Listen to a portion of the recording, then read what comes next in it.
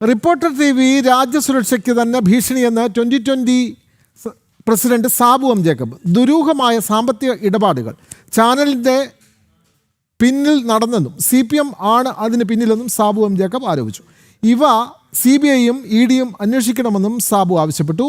മിഥുൻ അയ്യപ്പൻ തയ്യാറാക്കിയ റിപ്പോർട്ട് കാണാം. 2020 party president Sabu M Jacob നമ്മോടൊപ്പം ചേരുകയാണ്. ഇപ്പോൾ റിപ്പോർട്ടർ TVക്കെതിരെയുള്ള പുതിയ ആരോപണങ്ങളല്ല ഉന്നയിച്ച ആരോപണങ്ങളിൽ ചിലർ കോടതിയുടെ നടപടികളിലേക്ക് അടക്കം എത്തി വന്നിരിക്കുന്നു.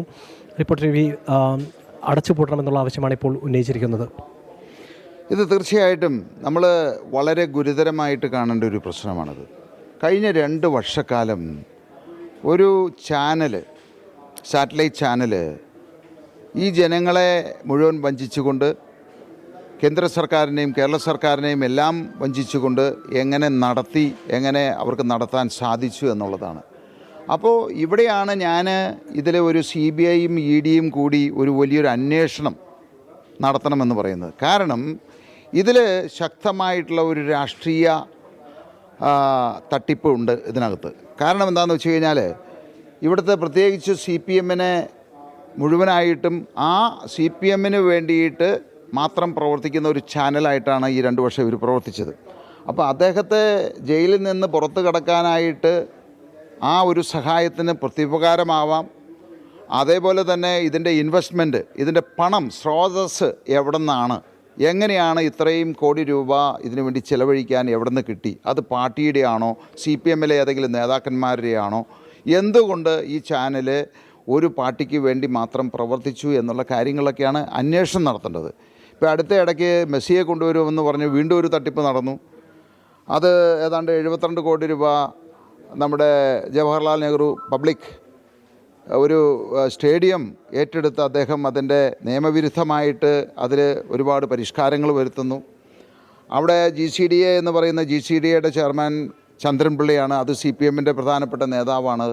ഇതിനു മുമ്പുണ്ടായിരുന്ന നികേഷ് കുമാർ ആകട്ടെ, അദ്ദേഹം ഇന്നിപ്പോൾ പാർട്ടിയുടെ ഉന്നത സ്ഥാനത്തേക്ക് മാറ്റി. അദ്ദേഹം സോഷ്യൽ മീഡിയയുടെ ചാർജാണ്.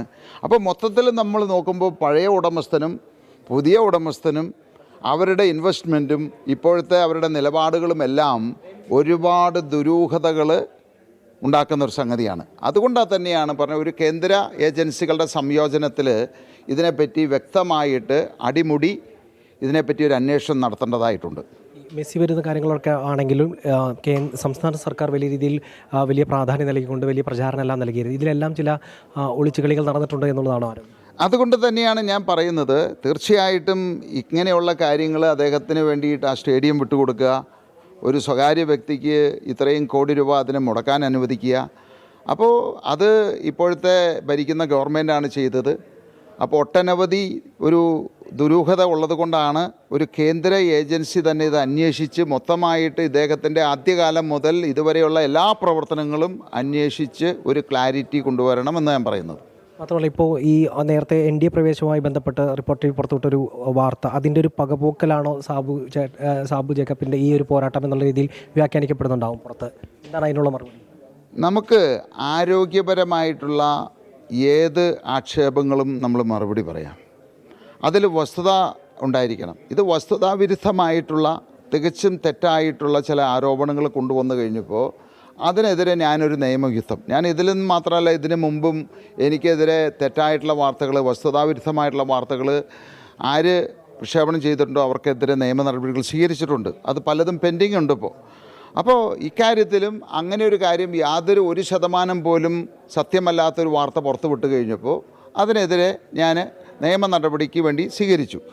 അതിൻ്റെ ഭാഗമായിട്ടാണ് ഇദ്ദേഹത്തെ പറ്റിയും ഇദ്ദേഹത്തിൻ്റെ ചാനലിനെ പറ്റിയും മറ്റുള്ള കാര്യങ്ങളും അതിൻ്റെ ഡോക്യുമെൻ്റ്സ് ഇട്ട് ചെല്ലുമ്പോഴാണ് അതിനേക്കാൾ ഗുരുതരമായിട്ടുള്ള രാജ്യസുരക്ഷയ്ക്ക് തന്നെ ഭീഷണിയായിട്ടുള്ള ഒരു വലിയ ഒരു തട്ടിപ്പാണ് നടക്കുന്നത് എന്ന് എനിക്ക് മനസ്സിലായത്. അപ്പോൾ അത് തീർച്ചയായിട്ടും അങ്ങനെ ആ ചാനൽ തുടർന്ന് പോകുന്നത് രാജ്യസുരക്ഷയെ തന്നെ, ഇന്ത്യയിലെ ജനങ്ങളെ തന്നെ ബാധിക്കും എന്നുള്ള ആ സാഹചര്യത്തിൽ ഞാനത് തുടർ നടപടികളിലേക്ക് കോടതിയിലേക്ക് പോകാനുണ്ടായത്. തീർച്ചയായിട്ടും വലിയ നടപടികൾ ഇക്കാര്യത്തിൽ ഉണ്ടാകണമെന്നാണ് സാബു ജേക്കബ് വ്യക്തമാക്കുന്നത്.